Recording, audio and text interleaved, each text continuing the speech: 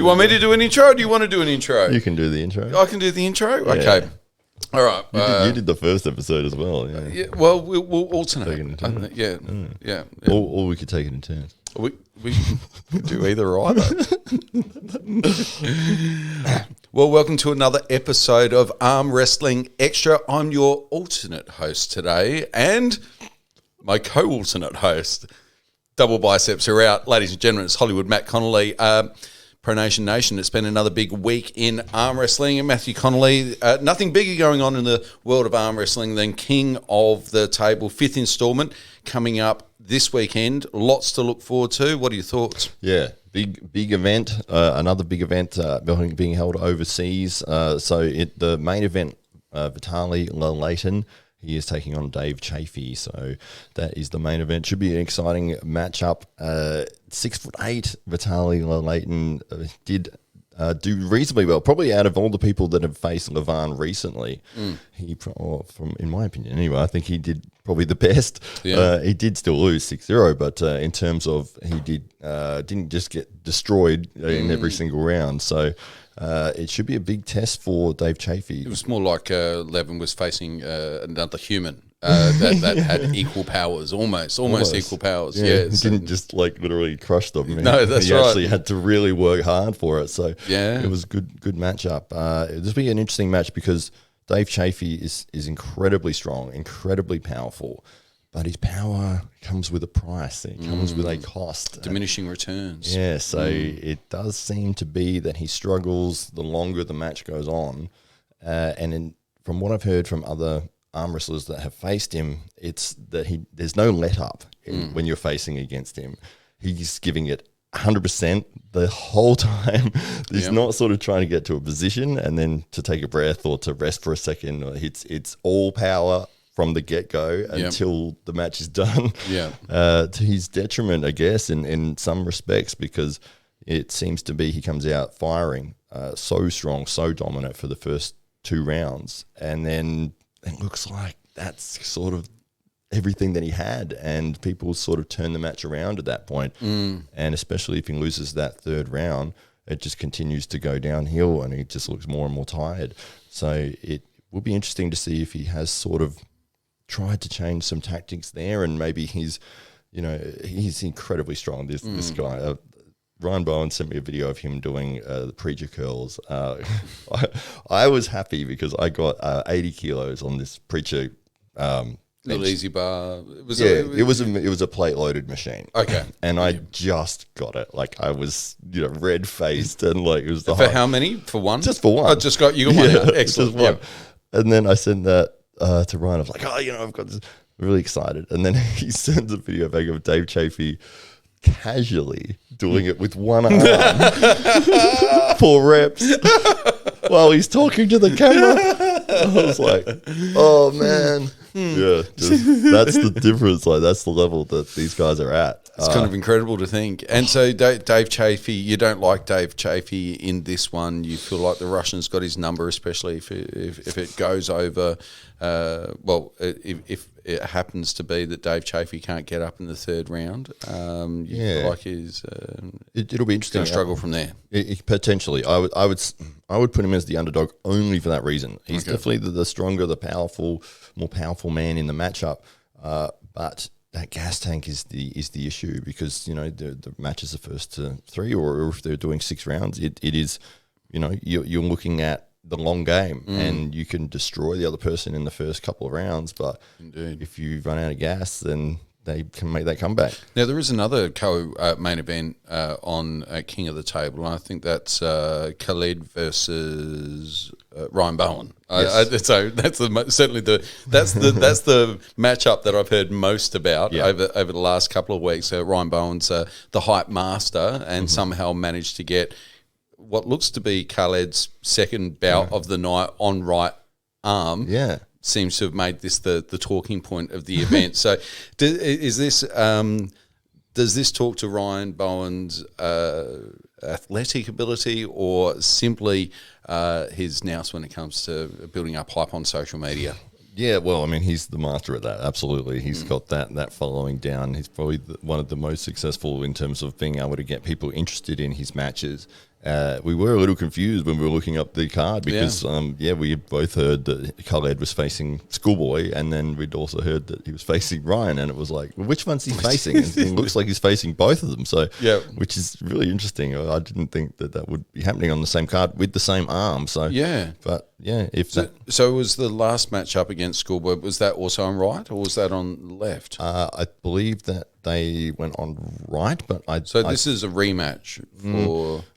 From what I remember, and this is off the top of my head, that was just a messing around that they were training. I don't think it was like an official. This is an official match. It was just I think it was just like, because when you look up, just two men holding hands. There's nothing to see here. Yeah, right. I think Schoolboy had a match against Larry or something, and he was in Dubai. Okay, and Khaled was there, and they had some after pull. Messing around on the table, but it wasn't an official match, and I do think it might have been part of the just the videos that came out in the days afterwards. We weren't too sure if it was just a training video, and all of that. Okay, so now we're going to see what actually plays out on the table between those two big athletes, and what you call there. Well, I think that it's a little bit of a mismatch actually. I think that Schoolboy has it all day. Okay. Yeah, I think it's 6 rounds they're doing, right arm. I think it's going to be 6-0 for Schoolboy. He's no Schoolboy. He's no joke. He's 130 kilos. He's like incredibly tall. Yeah. And there's nothing Schoolboyish about him anymore, is there? It's just a Mickey Mouse t-shirt. It's just a giant with a Mickey Mouse t-shirt. Right. Yeah. That's right. Russian giant. Yeah, I think Khaled, his advantage is that he has this incredibly strong hand and grip and wrist, and he's very aggressive. But in terms of his experience in high-level competition, I don't think that he has anything for Schoolboy. I think Schoolboy will just dominate him. Right. Yeah. Okay. So does he?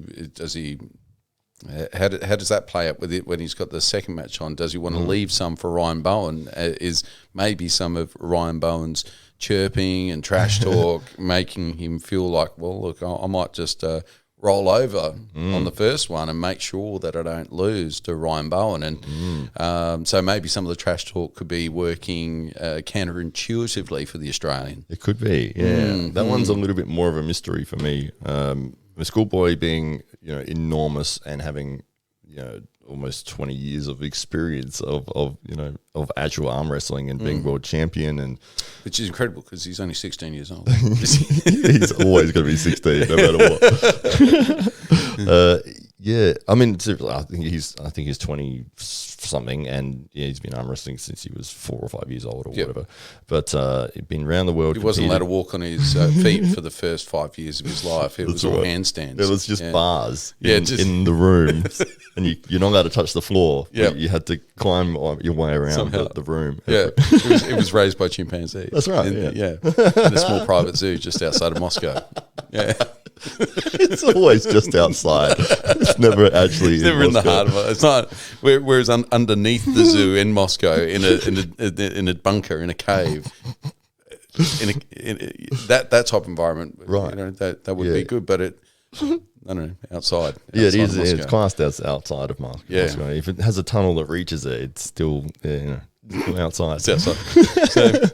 But yes, so it will be an interesting matchup. Khaled and Ryan Bowen. I actually don't know what will happen in that. This is a little bit like at the Titans event where we've got the last man standing. Anybody could win because you don't know the fatigue factor and how that's playing out for each athlete. So, so obviously there's going to be, I don't think Ryan's pulling earlier on in the night, so he's going to be relatively fresh, although he's had a couple of big matches over the last month or so. But nonetheless, I'd feel he's coming into that feeling pretty fresh, although maybe a little bit of DOMS after a few of these workouts I've noticed online. He's been finding his way to the weight room and getting his head around some compound movements. So we might see a different new version of Ryan Blue Bowen sometime soon. Yeah, well, you think in terms of the matchup, Ryan's got the experience. He's got the setup knowledge. He's got the speed advantage and being able to get into positions that Khaled probably isn't quite familiar with in terms of, he would have a very basic understanding of, like, comparatively of his position and where he's strong. but I don't see him being able to get to those positions just based on the way that Ryan will set up against him.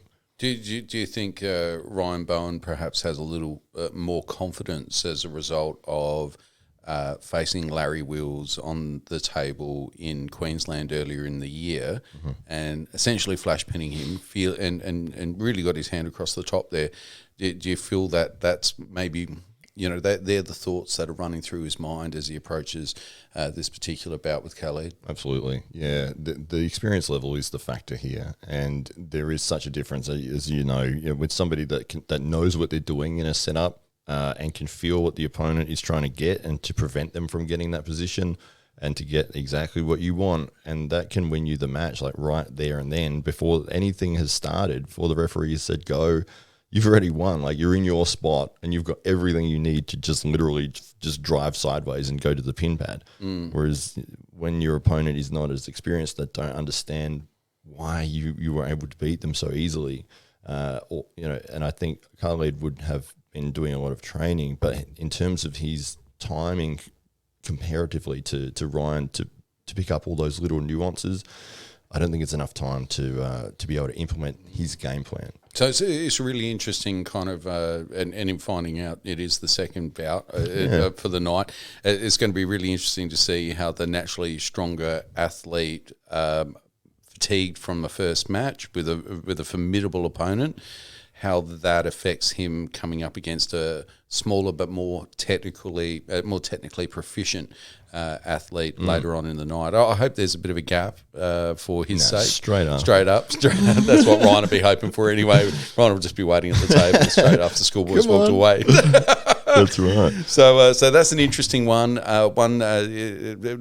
Not sure where to put your money on that one. I'd say Ryan is the favourite. Throw some money Ryan's way. Absolutely. Okay, Yeah. very, very good. And anything else capture your eye on that card? Yeah, so Lachlan Adair from Australia, he's going over for probably one of his biggest matches since Todd Hutchings. So he's facing Irakli, who is doing incredibly well for a young guy. As I was saying before we started, the weird thing for me is Irakli seems like when you're looking at him before he gets on the table, he looks like a guy that goes to the gym, but he's not overly imposing. Like he's not this enormous guy, and it's like, oh my god, he's going to crush people. It's like, so he's just normal looking. Yeah, it looks like a fit young man, strong. But when he puts his arm on the table, somehow it's three times bigger. And I don't know how it's happening, but it's like he's all the blood in his body has gone to this arm, and now it's three times as bigger and stronger. He had a fantastic so he goes from win. fitness model to open in 3 minutes. That's right. That's it. Just in the arm. Go gadget bicep. Yeah. Go gadget forearm. That's right. Go gadget pronator. And away he goes.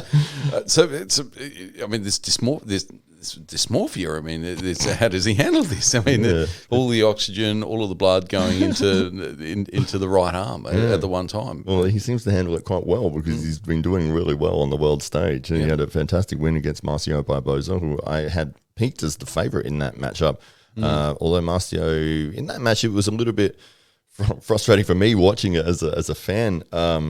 There were so many restarts and fouls, and I think the first two rounds took about 15 minutes or something. There were so many restarts, and Marcio was sweating. He was, he was wrecked, and it was like, well, they've actually only gone like one time where they've said go, and they've actually pulled for more than a couple of seconds before there was a foul or there was a. Was that East versus West? Or? That was on the Devon Lerac card, Devon versus Levant. Yeah, okay. So an East versus. Well, whatever that was a standalone event. It might have been East versus West. Yeah, it was one of them. Yeah. But it's because it's so in the skill set that's been adopted for King of the Table, because there was a little controversy at the end of the last one. What do you know about that? Of the King of the Table one? Yeah. I'm not sure what you're talking about. You caught me off guard. Well, you've exposed me. They exposed you. You know nothing, and we You're knew a faker. Get out. Get that shirt out of here. Get it off. Give it back. How dare you have a nickname? That's right. Well, from what I understand, there was some controversy around the rule set and leading up to the event. The event takes place. There's a little bit of a kerfuffle. I'm wondering if they're running it under a particular rule set, whether it's going to be WAF or what they might be, or some variation of that. So that was Devon and Levan, and the contracts that they were signing before they actually went into the event. Devon, there was a little bit of conjecture with the rules. I think from what I understand and what I remember from seeing from both sides of it, Devon had said the contract that he was presented, they said the rules will be the same as the previous event. Yes. And he's gone, okay, great, well, that's fine. I know what those rules are, and that's what we're agreeing to. No worries, signed the contract. And then I think that either Levan or the organisers or something, there might have been a suggestion that the rules might be changed. Right. And Devon say, you can't change them. I've already signed the contract agreeing to it. Yeah. Which I think it was a minor thing really overall, but because tensions were high and emotions were high and any little negative news, people will jump all over and, he's trying to change the rules. And set it off. Yeah, right. That's right. So I think overall it wasn't that it was such a massive problem, but Devon was just very adamant that I've signed and agreed to the contract already. Yeah. You can't now be discussing rule changes, like it's already set in stone. Like, indeed. So yeah, that's what I believe was the issue. Okay, so really looking forward to it. It's going to be a huge event, and of course a lot of other fights on that card. And all fantastic fodder for social media. All great fun to see the build up to these matches. In terms of build up leading up. You keep a close eye on the athletes. Who do you think's done the best job of hyping their match up in the lead up to King of the Table? Funny thing is, it's Ryan, and he's only, this match is it's only... the second match. Yeah, that's right. That's why I was confused about it before, because it was like, hang on, why? I thought Khaled and Schoolboy was going, and then it's Ryan and Khaled, and it was like, And that's all you're hearing about is Ryan and Khaled, That's right, because he does such a good job of pushing his content out there, and, you're getting 3 or 4 videos a day from him. This is, I think yesterday we saw they had some trash talk on the radio or a different podcast with him and Khaled, and there's multiple different shorter and longer versions of that out there. And I haven't heard from any of the other competitors at all, really. Yeah. Which is, it's not a mistake, but it's like you've got this opportunity on the world stage to really push your brand and make yourself known. I think one of the sides of arm wrestling is that because people are very humble in the sport, they don't like to sort of promote themselves in a way, which you can sort of understand why there's so many people that do like to hate on Ryan Bowen, because maybe he's the exception to the rule where he's doing something different. He's talking, he's out there, he's saying I'm going to win, and he's on a show and talking trash with his opponent, and none of the other competitors are doing that. They're remaining very neutral and respectful, and it does have its place for sure. And if that's their personality and that's how they go about things, and they don't feel that they would be comfortable talking on camera to start insulting their opponent or saying why they would win, but it is a skill that can really boost your career and boost the sport of arm wrestling. And you see guys that have made careers by being fantastic talkers, and they've talked themselves into positions they wouldn't have gotten otherwise, or opportunities or events, or people know their name just from their ability to create a character or have a personality or tell a story or, put themselves out there constantly. And then it's like, everyone knows who this is. And even if this guy is nowhere near the top level, people are still interested to see this guy lose, or this guy he talked of this big game. Let's see if he actually can do something.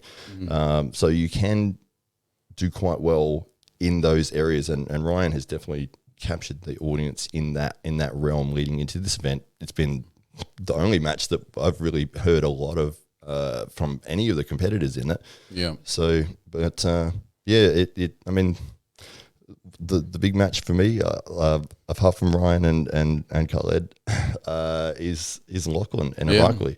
Well, I heard Lachlan's weighing in at 160 for this one. I think he sent me.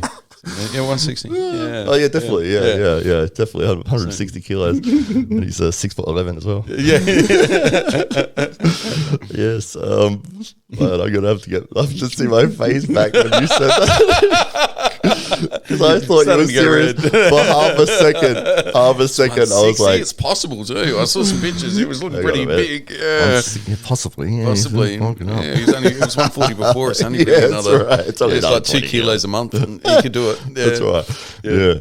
Lachlan. We are referencing a previous podcast where Matt called Lachlan Adair's weight at I think it was like a 140. 140 kilos when it was 113. Only get a message from Lachlan just correcting things there a little bit. But I mean, he looked 140. Admittedly, he's a big guy. Yeah. So he was 140 worth of power on that day. Indeed, that was the output level.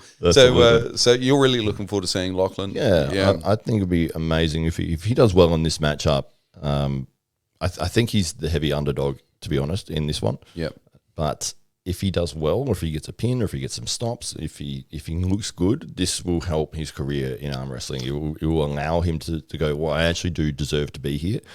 If he gets blown out the water 6-0, it's not a good day because that can potentially limit your ability to take other big matches where it's like, well, you just got destroyed. And you're back to the pack for a little while. You're right. working your way through. You've got to get some of those key wins back up. And also, some the last 2 or so years has meant that top athletes like Lachlan haven't been able to test themselves against the best in the world. And I guess for Lachlan, it's really been testing himself against Ryan Bowen, and over the last couple of years, and kind of both have been measuring themselves, using each other as a yardstick. And now coming out into the real world and seeing exactly what they've been doing in the shed, how that's translating on the tables at international events. Yeah, absolutely. I mean, Lachlan was on a bit of a freight train rolling through. He took out. Well, he won the matchup against Ryan Bowen, 6-0, comfortably winning, and then won the over the top tournament as well in the Gold Coast. And then he was heading into the Todd Hutchins match, which I believe he was either the favourite or it was pretty even. And a lot of people were saying, well, Lachlan is the guy.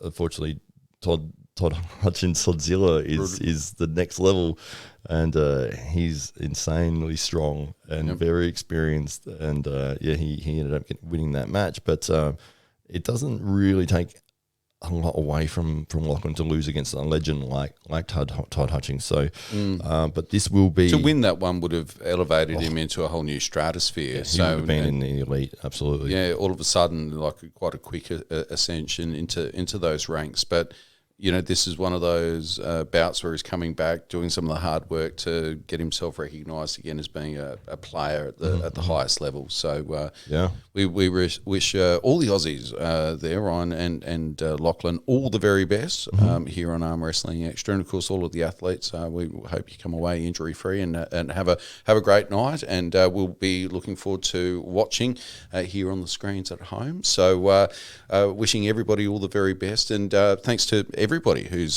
tuning into the podcast for the first time. If this is your first time, please hit the subscribe button. Make sure that you hang around for more. We'll make sure that every week you'll be getting a podcast coming straight to your device, and we'll look forward to bringing you a whole lot more Arm Wrestling Extra, more news and reviews coming very, very soon.